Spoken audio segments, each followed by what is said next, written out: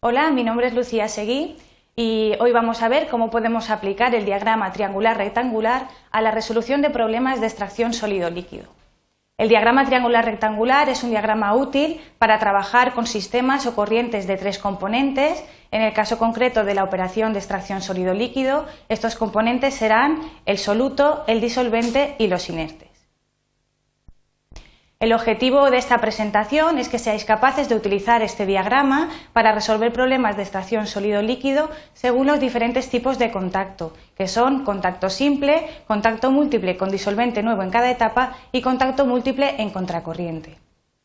Para aprovechar correctamente este polimedia es necesario que conozcáis los fundamentos de la operación de extracción sólido-líquido, que estéis familiarizados con la nomenclatura específica de la operación y que además sepáis aplicar las propiedades básicas del diagrama triangular-rectangular.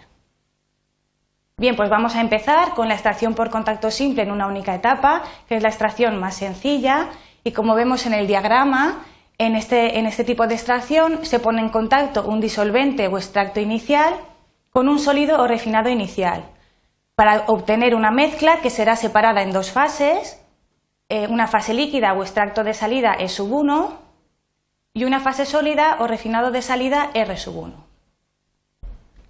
Habitualmente los datos de partida en este tipo de problemas son los datos que se refieren a las corrientes de entrada, como son los caudales E0 y R0, y las fracciones másicas de los componentes de esas corrientes.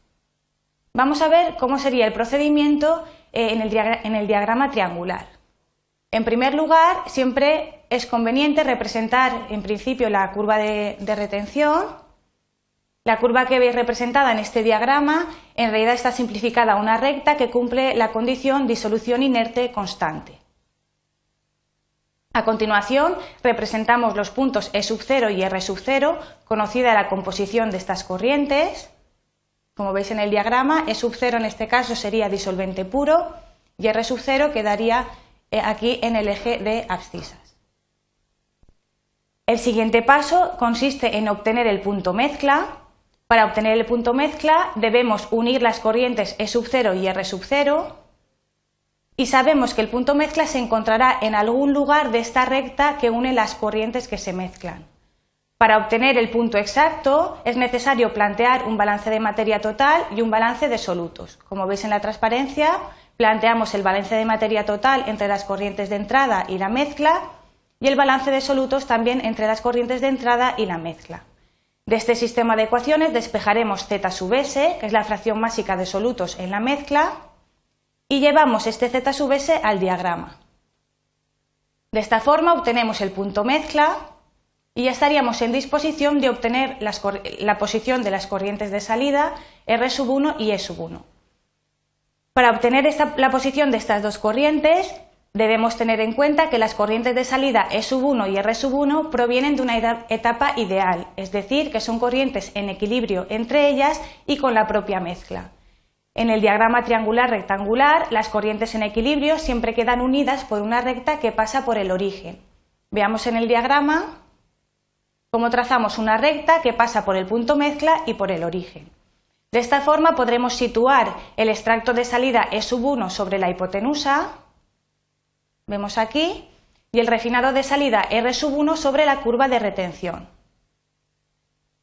Lo vemos aquí. El siguiente paso sería calcular los caudales de salida E1 y R1.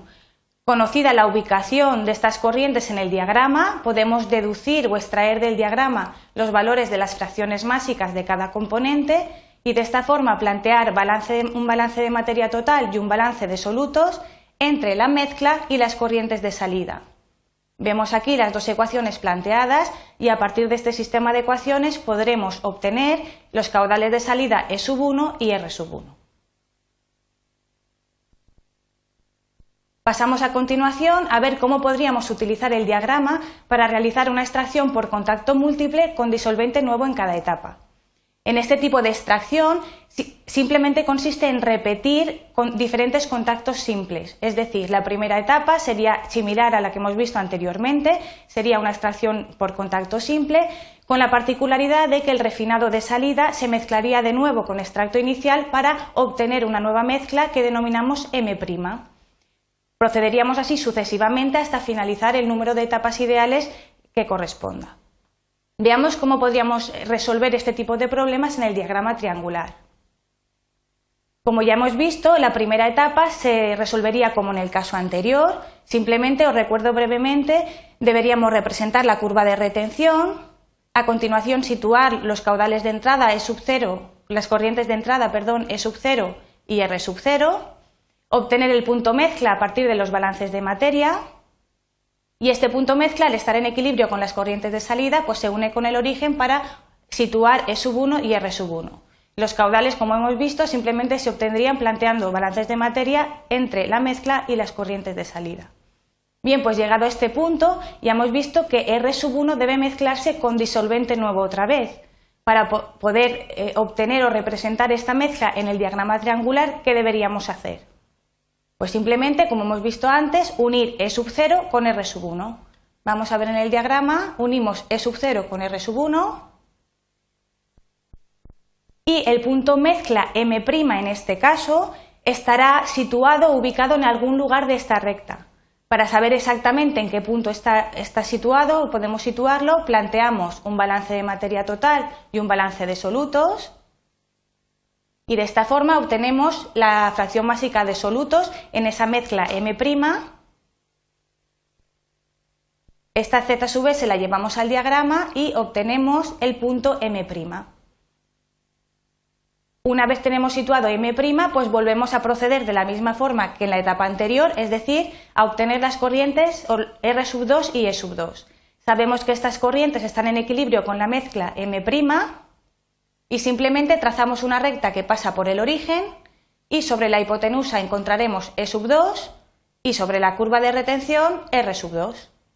Para conocer los caudales, plantearemos un balance de materia total y un balance de solutos sistema del cual despejaremos E sub 2 y R sub 2.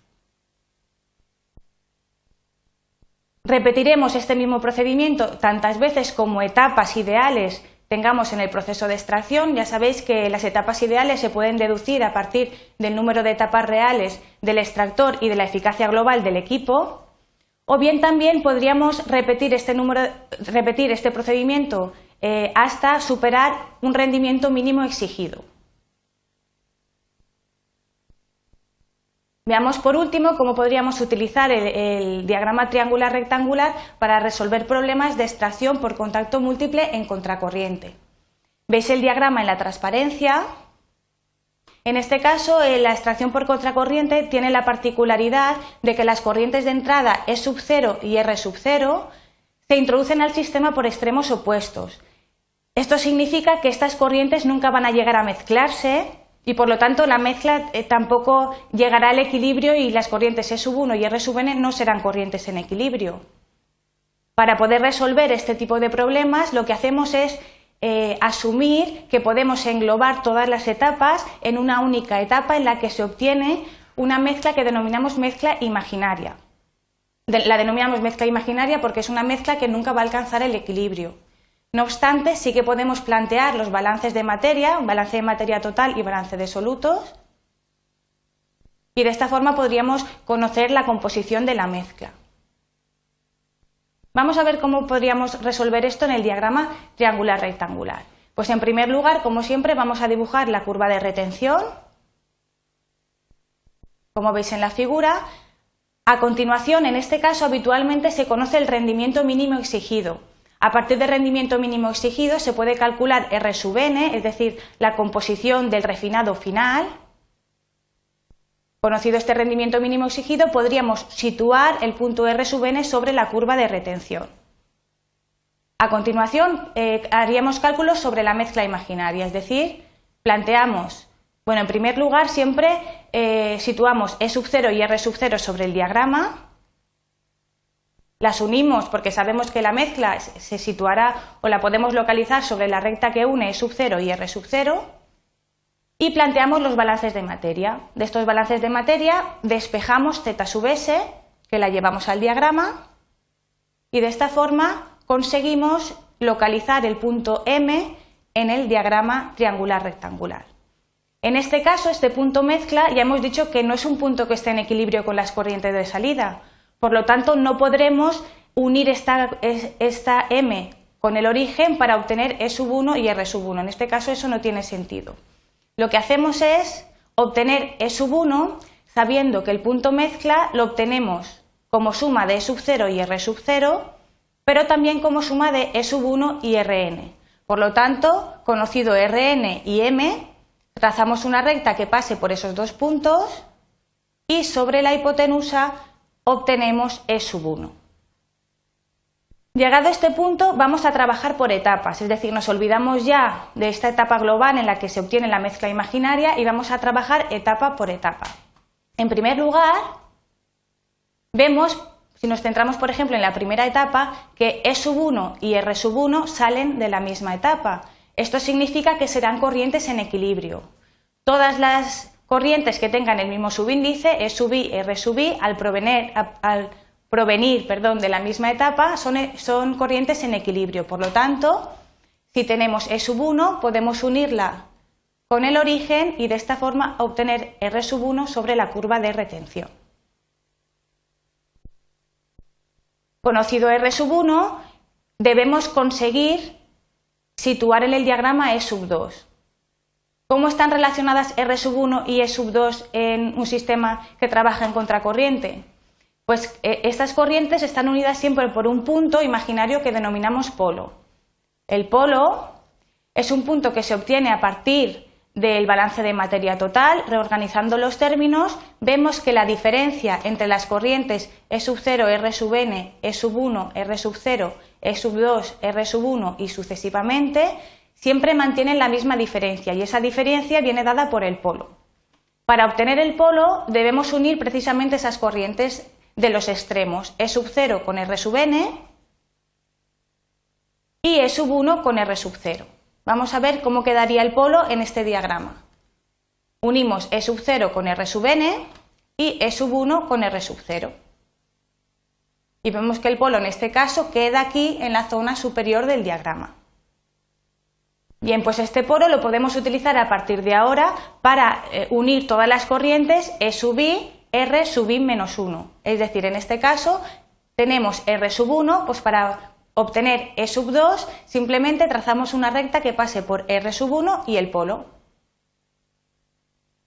A partir del polo, atravesando R sub 1, sobre la hipotenusa localizamos E sub 2. Ya estaríamos en esta corriente de aquí, en la etapa 2. Pues bien, en la etapa 2 sabemos que las corrientes E sub 2 y R sub 2 son corrientes en equilibrio, por lo tanto, trazamos una recta que pase por el origen y por E sub 2, y sobre la curva de retención tendremos en este caso R sub 2. Conocida R sub 2, para localizar E sub 3 hacemos uso del polo. Trazamos una recta que pase por el polo y por el R sub 2 y sobre la hipotenusa conseguimos E sub 3. De nuevo E sub 3 estará en equilibrio con R sub 3. Trazamos una recta que pasa por el origen y tenemos R sub 3. Vemos que este R sub 3 ya queda a la izquierda del R sub n que habíamos situado inicialmente. Esto significa que se ha superado el rendimiento mínimo exigido y por lo tanto este proceso de extracción quedaría finalizado con 3 etapas ideales. Pues bien, se procede así sucesivamente trabajando por etapas hasta superar el rendimiento mínimo exigido como acabamos de ver o bien hasta alcanzar un número de etapas determinado. Bien, pues con esto espero que os haya quedado un poco más claro cómo podéis aplicar el diagrama triangular rectangular a la resolución de problemas de extracción sólido-líquido y muchas gracias.